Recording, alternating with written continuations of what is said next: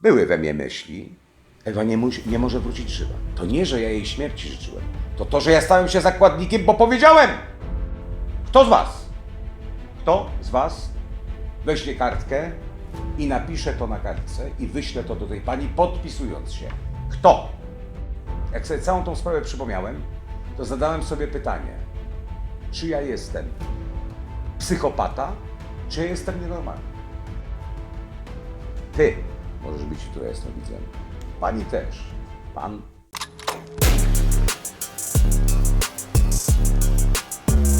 Tak! Tak się zrodzi moje archiwum. Tu jest. Tu ona jest, tu kopcie. Wiecie, jaka to jest odpowiedzialność napisać komuś pani córka nie żyje?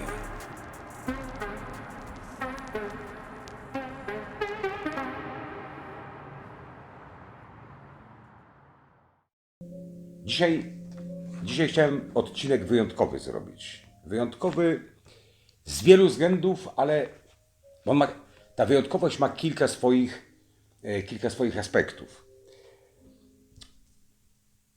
Bardzo ważna jest ta audycja i tego, kogo to interesuje, istotne, żeby ją obejrzał od początku do końca. Wtedy, uważam, człowiek zda sobie sprawę, o czym jest mowa. Jasnowidzenie to bardzo niebezpieczna praca, ale nie chodzi o przestępców, chociaż też można się obawiać, ale chodzi o aspekty zupełnie inne. To rozbicie własnej psychiki. Ale o tym właśnie w tej audycji. Co jasnowidz w swojej głowie, czy ja mogę nieludzko myśleć? Czy ja mogę pragnąć, żeby córka pewnej kobiety nie wróciła żywa do domu? To jest bardzo nieludzkie, co mówię, ale to jest obraz jasnowidzenia. Ten przypadek jest bardzo dobrze udokumentowany, ponieważ zaczyna się od listu, który napisała kobieta, nie spodziewając się niczego złego z losem swojej córki. Dziewczyna młoda, pochodząca z Krosna Odrzańskiego, nazywała się Ewa Serafin, studiowała w Zielonej Górze. Miała wrócić z akademika na weekend do domu. Zresztą robiła to co tydzień. Niestety 30.01.1999 roku nie powróciła. Po kilku dniach oczywiście mama zaginionej córki, zgłosiła to na policję. Policja przyjęła zgłoszenie. Zaczęła się akcja poszukiwawcza, chociaż nie było punktu zaczepienia. Były plotki, że odjechała z Zielonej Góry autobusem. Były plotki nawet takie, że rzekomo Ewa wstąpiła do jakiejś sekty we Wrocławiu, chociaż matce to nie pasowało, ponieważ była to rezolutna dziewczyna, bardzo ułożona, o spokojnej naturze. Kobieta napisała taki list do mnie. Ja sobie tutaj pomagam z komputera, bo wyraźniej widzę, więc czytam. To jest list, który miałem w ręku przed rozpoczęciem wizji. Ewa Hanna Serafin, tak zatytułowane, urodzona 3.09.78 w Krośnie Odrzańskim. Mieszkanka Krosna Odrzańskiego, to jest ulica podana, zaginęła 30.01.99 roku. Matka pisze, świadek twierdzi, że pojechała do Zielonej Góry autobusem relacji Żory-Zielona Góra, który powinien być na dworcu autobusowym w Zielonej Górze o godzinie 15:25. Ślad urywa się właśnie w tym mieście. Ewa, studentka pierwszego roku Politechniki Zielonogórskiej w Żarach, a filia w Żarach, czyli ona do Żar miała, z Żar. Studia zaoczne, Wydział Marketing, Organizacja Przedsiębiorstw. Była osobą obowiązkową i pracowitą. Od dziecka uczona była samodzielnego podejmowania decyzji i ponoszenia za nie konsekwencji. Dobrze wiedziała, na co i kiedy może sobie pozwolić. Ceniła sobie samotność. Jakkolwiek nacisk budził w niej opór wewnętrzny. Stąd miała negatywny stosunek do różnego rodzaju uzależnień, sekty, narkotyki, przemoc fizyczna.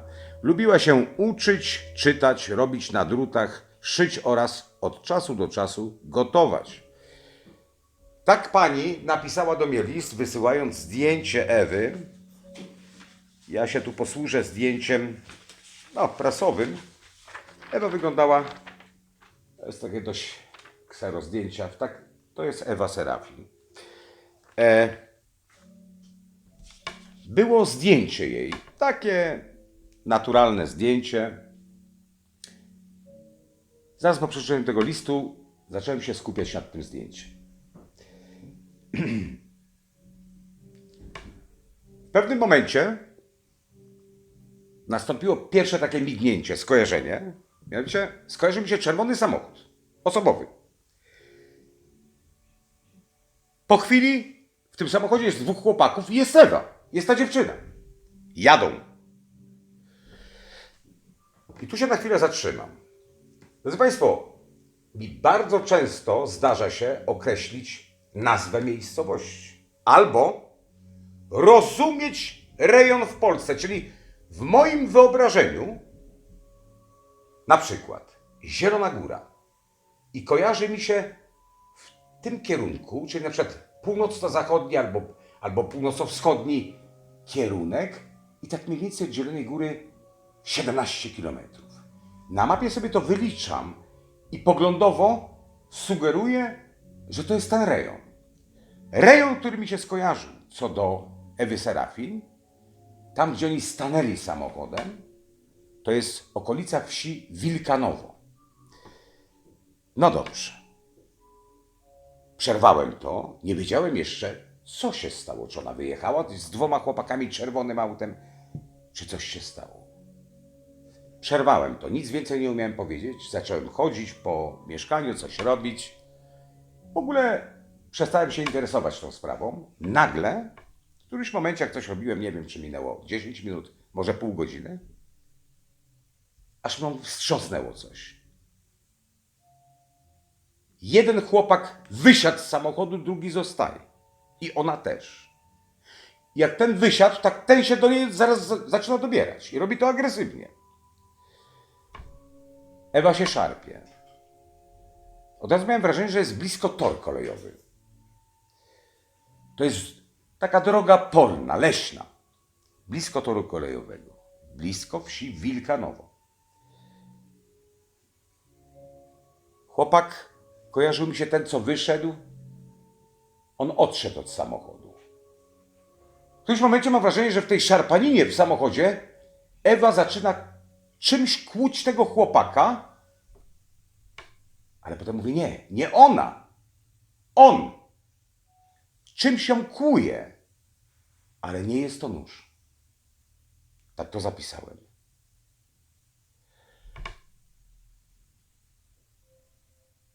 Nie byłem pewny, czy ten chłopak ją w tej szarpaninie udusił, czy zakłuł czymś.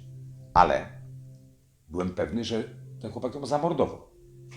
Nie chciał jej zamordować, on chciał ją tylko wykorzystać. Prawdopodobnie kolega jego, który był poza samochodem, chciał też ją wykorzystać po tym swoim koledze.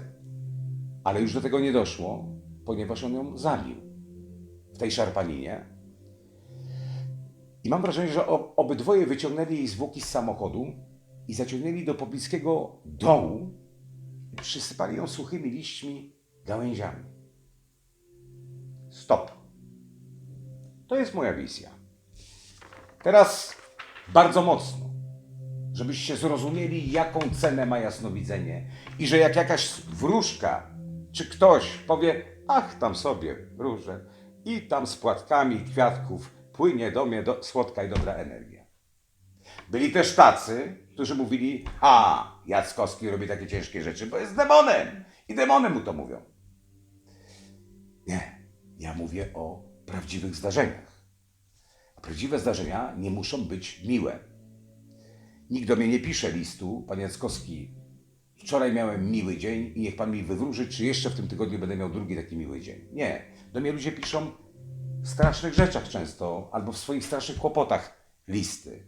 Więc i odpowiedź jest podobnego kalibru. Pytanie. To, co w głowie mi się urodziło, co mi wizja pokazała, kto z was weźmie kartkę i napisze to na kartce i wyśle to do tej pani, podpisując się. Kto? Wiecie, że jak w swoim archiwum do programu ten materiał znalazłem, jak sobie całą tą sprawę przypomniałem, to zadałem sobie pytanie, czy ja jestem psychopata, czy jestem nienormalny? Bo dziś z perspektywy czasu myślę sobie, że nie powinienem czegoś takiego napisać kobiecie. To jest matka. A tutaj, drodzy Państwo, mam skserowane, bo rodzina mi potem po wyjaśnieniu sprawy przysłała to. Mam skserowaną swoją wizję, którą będziecie mieli na ekranie za chwileczkę. To jest moja wizja. Oczywiście z ksero to była 2 kartki. Wizja była krótka. Tutaj podstawowe dane. Ewa, 21 lat, 2 tygodnie temu Zielona Góra. Czyli 2 tygodnie po zaginięciu wykonywałem wizję. Miała jechać do Kostaru Żeńskiego. Nie jest wykluczone, tak pisze, nie jest wykluczone, że ta osoba nie żyje. Kojarzy mi się, że ta osoba leży w lesie, jest w połowie rozebrana, po części przysypana suchymi liśćmi. Jest to las w rejonie między Zieloną Górą a wsią Wilkanowo w kierunku toru kolejowego. Gwałtu i morderstwa dokonało 2 mężczyzn w samochodzie osobowym. Z szacunkiem, Krzysztof Jackowski, i tu się podają cały swój adres. Dodałem jeszcze do tego taki rysunek. Mapę, gdzie jest szosa, jest wieś Wilkanowo, jest las, jest tor kolejowy i wskazuje punkt dołu przy tym torze. Te 2 kartki wysłałem. Nie wiedziałem, że te 2 kartki, że będę zakładnikiem tych 2 kartek, a tak naprawdę nie, że będę za moment zakładnikiem tej swojej okrutnej wizji i będę w trwodze oczekiwał, żeby Ewa Serafin nie żyła. Dramaturgia dopiero się zaczyna. Drodzy Państwo, mija może z tydzień. Wtedy nie miałem telefonu komórkowego. Miałem stacjonarny telefon z faksem. Dość często dzwonił, ale na ogół ten telefon zawsze odbierałem. Jest popołudnie, dzwoni telefon. Odbieram. Odbieram ten telefon i mężczyzna w słuchawce mówi do mnie tak. Pan Jackowski? Tak. Takim stanowczym głosem. Czy pan jest normalny? Ja mówię, o co chodzi? Słuchajcie, w tym momencie, jak ja to usłyszałem, nie wiedziałem, o co chodzi, ale od razu czułem, że nogi mnie ledwie trzymają. Zacząłem cały drżeć, bo już mówię, coś niedobrego się robi. A on mówi, kto panu dał takie prawo? Czy pan jest normalny? Ale mówię, panie, o co panu chodzi? Byłem rany. Już wiedziałem, że coś się dzieje. A on mówi, proszę pana, chodzi mi o Ewę Serafin. O kurczę. I myślę sobie, wróciła, żywa. A przecież co ja napisałem? A co, wróciła żywa? Jeszcze nie wróciła. Ale zapewniam pana, wróci. Kto dał panu takie prawo pisać matce takie bzdury? To jest schorowana kobieta. Jak pan mógł jej coś takiego napisać? Ale mówię, proszę pana, to jest moja wizja. Ja zacząłem być miły. Albert, nie wolno, weź go na ręce. Kto dał panu takie prawo? Kto? Ja mówię, ale to trzeba sprawdzić. Mówi, wie pan, ja mogę się mylić, ale robię to od lat i próbuję się usprawiedliwić. Próbuję jakoś to załagodzić.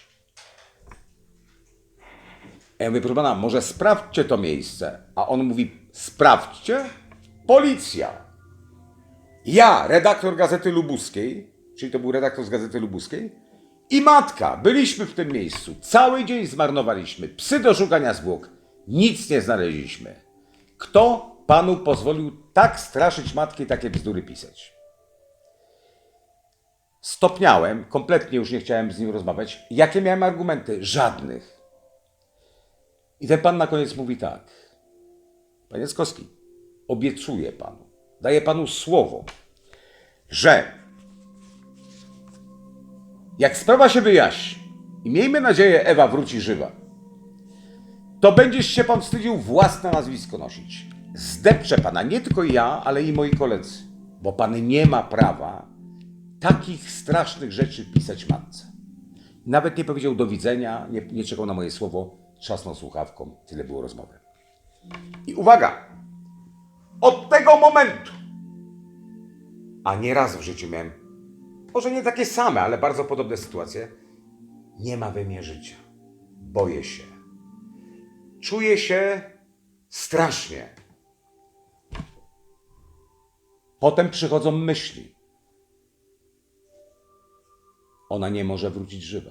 To jest nieludzkie. Zobaczcie, dostałem wizję.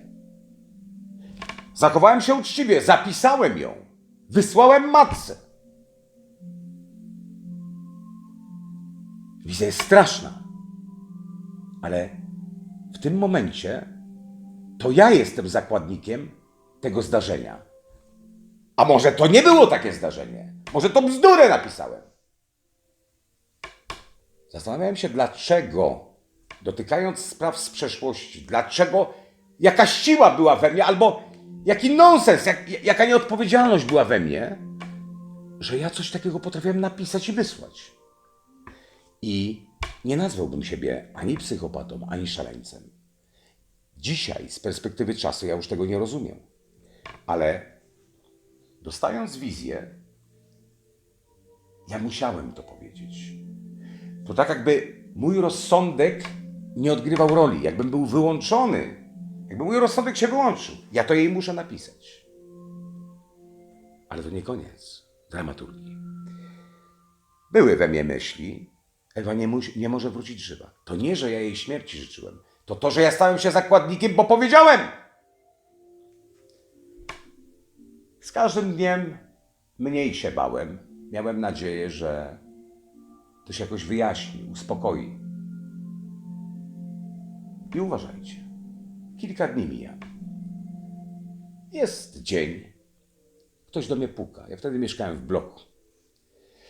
Ktoś puka do drzwi. Otwieram drzwi. W drzwiach widzę kobietę w średnim wieku. Szczupłą. Taką niepozorną, skromną kobietę. Dzień dobry panu. Nie mogą się do pana dodzwonić, więc dowiedziałam się o pana adresie i przyjechałem do pana. Nazywam się Serafin, przyjechałem w sprawie córki.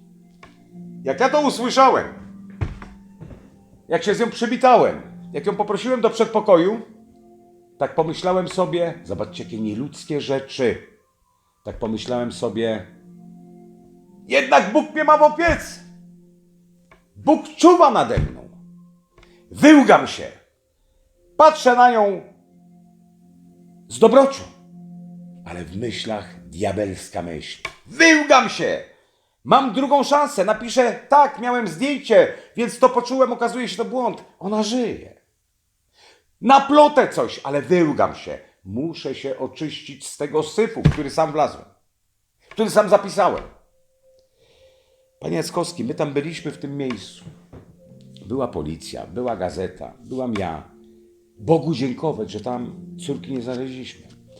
Wie pan, ja tracę pomału nadzieję, bo to już jest któryś tydzień, ale jakoś dziwnie ufam panu. I coś mi mówiło, jedź do niego, weź rzecz. wyczytałam w którymś z artykułów o panu, że pan mówi, że potrzebuje pan rzecz. Więc pomyślałem, jeżeli przywiozę córki rzecz jakąś z jej zapachem, to może ta wizja będzie bardziej czytelna, może coś więcej pan poczuje. Dobrze.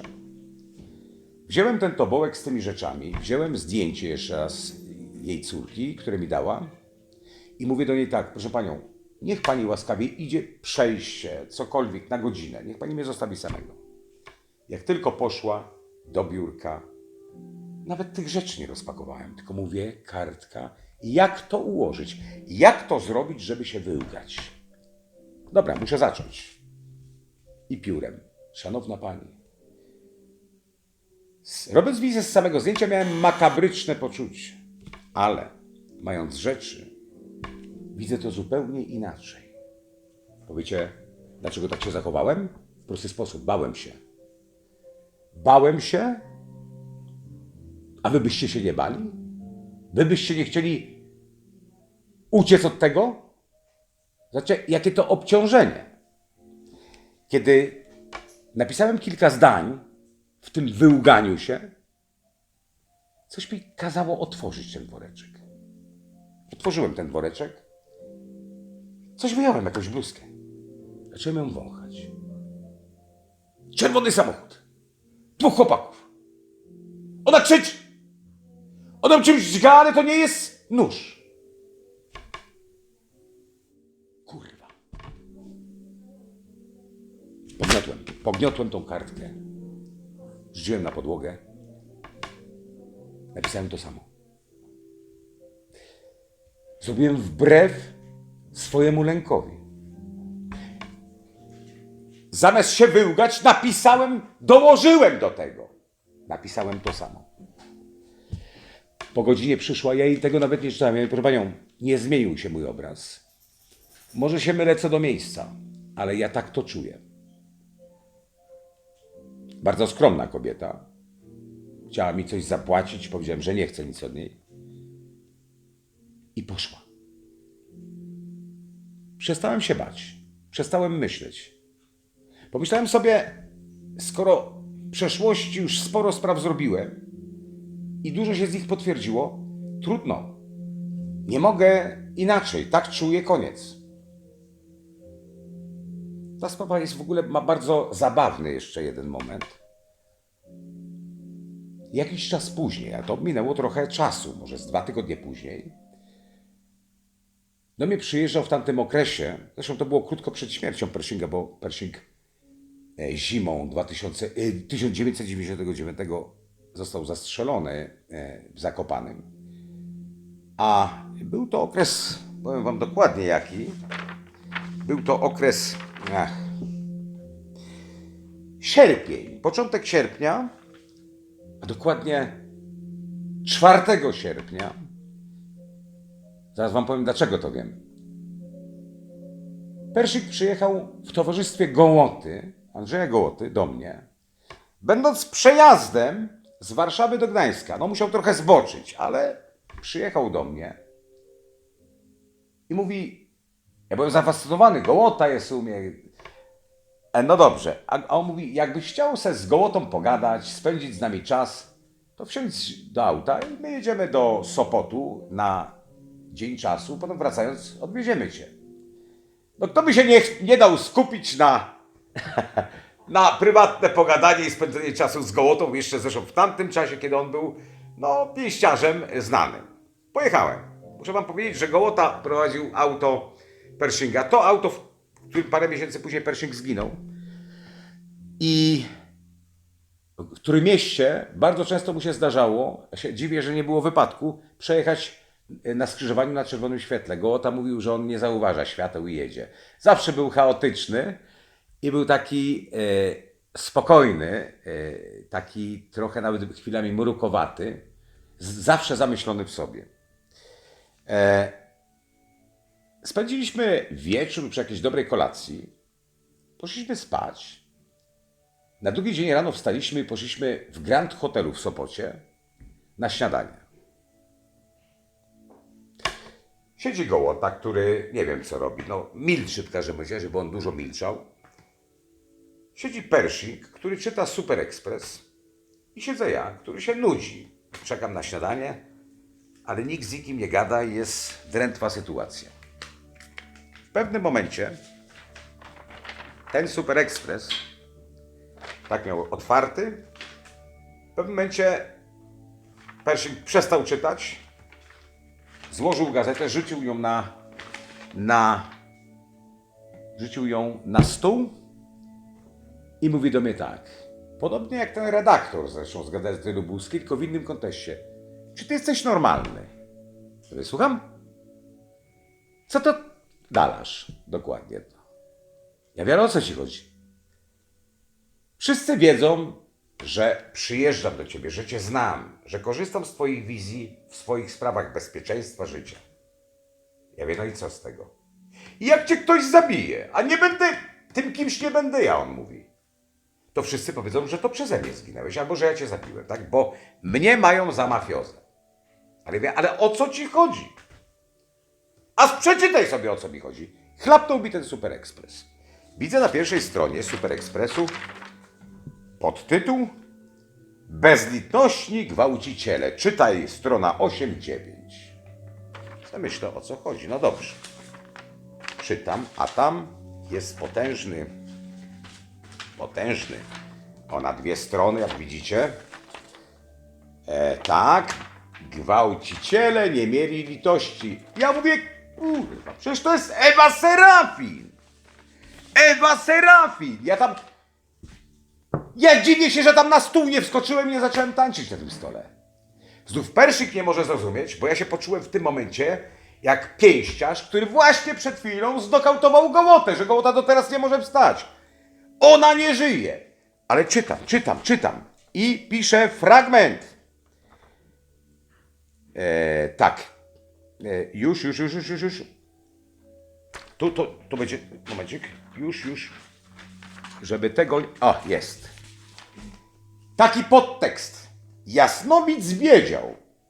Wszystko zaczęło się co najmniej pół roku temu, 30 stycznia, Ewa Serafin i tak dalej. Już fragment.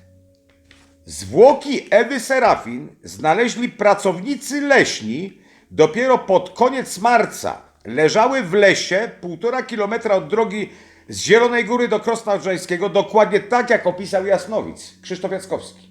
Tu jest, no będziecie mieli to na obrazie. Ja mówię, niemożliwe.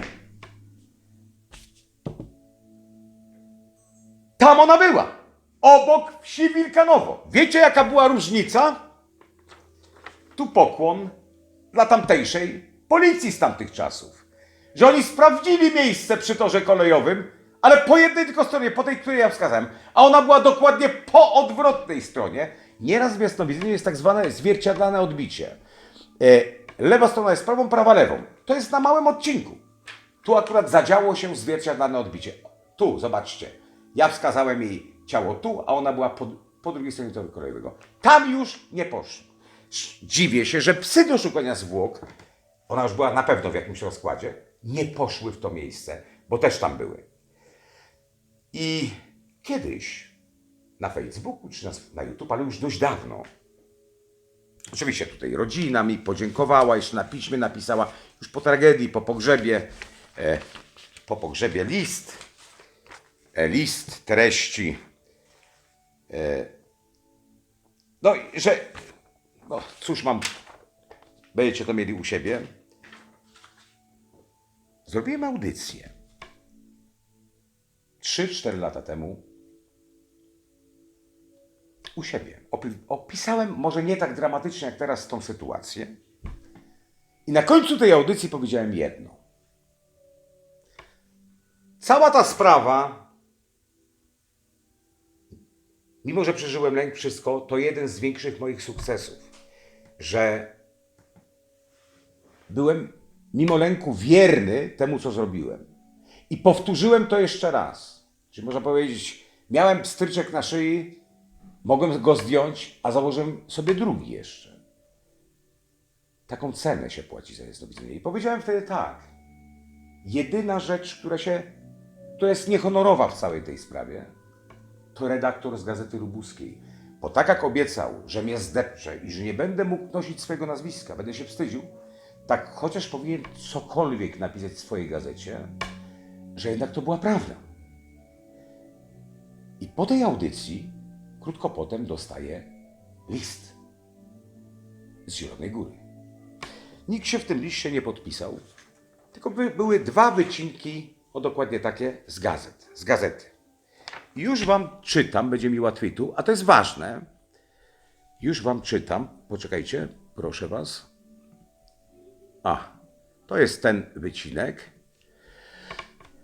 Policjanci odnaleźli zwłoki 21-letniej mieszkanki Krosna Odrzańskiego Ewy S. Dziewczynę znaleziono w płytkim dole w podzielonogórskim lesie. Tytuł Jasnowic miał rację. Jednak ten pan redaktor dotrzymał słowa. Po latach się o tym dowiedziałem. Mogłem nie wiedzieć, bo Gazeta Lubuska wychodzi gdzieś tam w jakimś rejonie, w Człuchowie nie. O poszukiwaniach młodej studentki z Krosna Odrzańskiego EWS pisaliśmy przed kilkoma tygodniami. Zaginęła 31 stycznia i tak dalej, i tak dalej. Relacjonowaliśmy także wysiłki rodziny sięgającej w poszukiwaniach do niekonwencjonalnych metod, między innymi do opinii jasnowidzów. Jeden z nich, Krzysztof Jackowski z Szczuchowa, stwierdził, że dziewczyna została wykorzystana seksualnie, zamordowana i ukryta w przykrytym gałęziami i liśćmi dole w okolicy Wilkanowa. Przedwczoraj mieszkaniec Radomii znalazł w pobliskim lesie, w płytkim dole, przykrytym gałęziami, zwłoki młodej kobiety. Wczoraj rozwiały się wątpliwości. Okazała się nią zaginiona 21-letnia mieszkanka Krosna Odrzańskiego. Odzież i ozdoby, które znaleźliśmy, wskazują na to, że motywem działania sprawcy lub sprawców nie był rabunek, mówi Zbigniew Kołecki z zespołu prasowego Lubuskiej Komendy Wojewódzkiej Policji. Ustalenia sugerują raczej motyw seksualny tego czynu. Śledztwo w sprawie zabójstwa Ewy S. prowadzi prokuratura rejonowa w Zielonej Górze. Na razie policja odmawia podania większej ilości szczegółów, zasłaniając się dobrem śledztwa. Młoda kobieta, jadąc do domu, najprawdopodobniej skorzystała z tak zwanej okazji. Ważne, to niech nie będzie nudne, przeczytam wam to do końca, bo to jest... Okoliczności zabójstwa oraz miejsce znalezienia zwłok są zaskakująco zbieżne z ustaleniami człuchowskiego jasnowidza, który opierał swoje wizje na kontakcie z osobistymi przedmiotami zaginionej. Rozmawiałem już z rodziną tej dziewczyny. Właśnie tu ja nie przypomnę sobie, żebym ja udzielał wywiadu tej gazecie, a to jest tak, jak ja bym rozmawiał jeszcze z tą gazetą. Może nie pamiętam, może ktoś dzwonił, bo ja powiedziałem, że rozmawiałem już z tą rodziną i ta rodzina poinformowała mnie, że zwłoki się znalazły. Ale tu jeszcze jest coś takiego. Zgodnie z ustawą o policji nie możemy wykorzystać tego rodzaju instrumentów procesowo, mówi Zbigniew Kołecki z policji. Natomiast prowadząc śledztwo posiłkujemy się i traktujemy poważnie wszystkie mogące pomóc nam informacje, także w sprawie tego zaginięcia. Na prośbę rodziny prowadziliśmy wcześniej poszukiwania, opierając się na informacjach pochodzących od jasnowidza. Inni zaangażowani w tej sprawie jasnowidzowie, czyli okazało się, że rodzina, mama korzystała z innych jasnowidzów jeszcze, inni zaangażowani w tę sprawę jasnowidzowie uważali, że dziewczyna żyje. Jeden z nich stwierdził, że przebywa w Ciechanowie. Więc zwróćcie uwagę. Warsztat, kunszt, odpowiedzialność. A teraz puenta tej sprawy, niezwykła, która i mnie zszokowała i zaskoczyła. Może minął rok, może 2, może pół roku, nie pamiętam ile czasu od wyjaśnienia tej sprawy. Ją zamordowało 2 młodych chłopaków. Zadźgali ją nożyczkami. On zadźgał ją, bo podobno gryzła go w ucho, jak chciał ją zgwałcić. Wpadł w szał i to zrobił. Samochód należał do matki jednego ze sprawców. Podobno nie był to pierwszy gwałt tych chłopców, którzy dość szybko trafili za kratki. Jak był artykuł w Super Expressie, to była tylko sugestia, że 2 sprawców. Kto wie, czy nie sugestia oparta na mojej wizji. Bo skoro ona była pod Wilkanowem i wszystkie te elementy się zgadzały i tam ją znaleziono, to policja już wzięła pod uwagę, że jest dwóch sprawców, ale rzeczywiście dwóch sprawców złapano bardzo szybko. I ta puenta ma związek z jednym z nich, a tak dokładnie z mamą jednych z nich. Minął jakiś czas i dostaje telefon. Odzywa się pewna kobieta i mówi: panie Jackowski, tyle słyszałam o panu. Czy pan mógłby mi pomóc? Ja mówię: co się stało? Panie Jackowski, mój syn jest niewinny, a siedzi w więzieniu. Czeka na proces. I ja mówię: tak, a za co? Wie pan, pod Zieloną Górą doszło do morderstwa i kolega jego zabił dziewczynę w samochodzie, a on się tylko temu przyglądał, a ma być odpowiedzialny za współudział w morderstwie. Grozi mu taki sam wyrok. Tak przynajmniej adwokat, którego wynajęliśmy, mówi. Czy mógłby pan pomóc, dać jakieś wskazówki, jak go bronić, albo jakąś opinię wydać, żebym ja mogła to w sądzie pokazać? Ja mówię: proszę panią, sąd nie bierze opinii jasnowidza. Ale czy nie chodzi tu o zabójstwo Ewy Serafin? Ona mówi: tak. A skąd pan wie? Ja mówię: proszę panią, bo ja ją wskazałem. Kobieta już nic nie mówiła, odłożyła słuchawkę. Taka puenta. A teraz puent tego odcinka. Jeżeli ci, którzy przetrwali do końca, jasnowidzem być łatwo. Ty możesz być jutro jasnowidzem. Pani też. Pan. Mówię do was, co mnie oglądają. Wystarczy tylko sobie wmówić, że jest się jasnowidzem, otworzyć jakąś stronę i jasno widzieć. Ja wam dzisiaj pokazałem obciążenie, które nie mija. A nawet jak minie, to 10 innych wchodzi na nie. Jasnowidz to jest człowiek bardzo chaotyczny. Osowiecki jak żył, to w książce Katarzyny Boruń i Krzysztofa Boruń-Jagodzińskich Zagadki jasnowidzenia jest dość dużo bardzo ciekawej faktografii na temat Osowieckiego, ponieważ była to książka pisana w początek lat 70.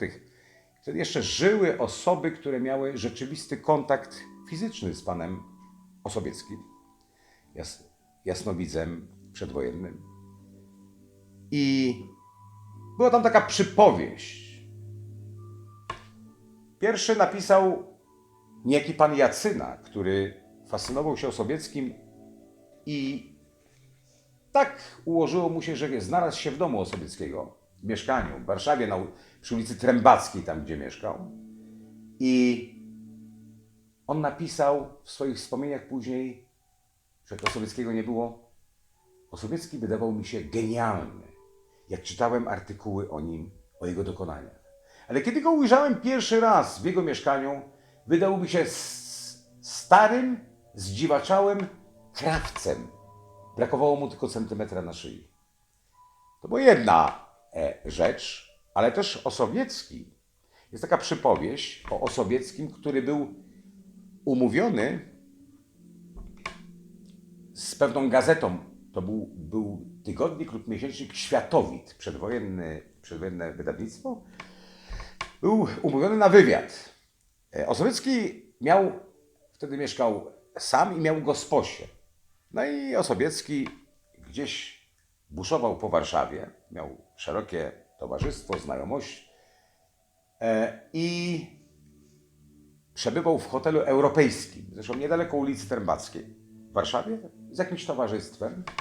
No tam akurat telefony był. Okazuje się, że Osowiecki miał telefon. Oczywiście jakiś na korbkę w tamtych czasach. I Osowiecki z tego hotelu, z recepcji przynoszą, czy wołają go do telefonu i ktoś słucha, jak on rozmawia z gosposią, a on mówi: no cóż, on ma taki wschodni akcent. Cóż ty, Zosiu, mówisz? Cóż ty mówisz? Ty mówisz, że czekają jacyś redaktorzy u mnie w holu, bo ja na tenże czas jestem z nimi umówiony? No nic mi o tym nie wiadomo, nie? A on mówi: no oni twierdzą, że pan się z nimi umawiał i to... No jak ja mogę to wiedzieć, skoro coś takiego nie miało miejsca? On zapominał. On żył On żył w innym świecie. I muszę Państwu powiedzieć, że właśnie to, takie zdarzenia, ale nie tylko takie, nie można takiej osoby jak ja traktować w sensie szablonu. Tu szablon ginie. Ponieważ te rzeczy wybijają człowieka z realności. Ja mam mnóstwo swoich jakichś dziwactw w głowie. To wszystko jest związane z tym, co robię. Być może nie byłbym tak, gdybym tego nie robił, albo może inaczej, gdybym był inny, nie robiłbym tego. Opowiadałbym Państwu, wmawiając sobie, że jestem jasnowidzem, opowiadałbym Państwu, a kiedyś szedłem w lesie i miałem wrażenie, że tam się powiesił rycerz. I legendy mówią, że się powiesił. To by były takie opowieści. Ja Wam pokazuję rzeczywiste zdarzenia, w których uczestniczyłem, które są już historią. Nie tylko moją, a tej rodziny, policji. Historią zdarzenia, którego nauka nie jest w stanie wymyśleć, nie jest w stanie ocenić, nie jest w stanie nazwać. W każdym odcinku serwuję Państwu następny, bardzo ważny dowód, przed którym nikt nie może przejść obojętnie, ponieważ to jest dowód na zjawisko, które nie jest uznane. Wszystko na ten temat.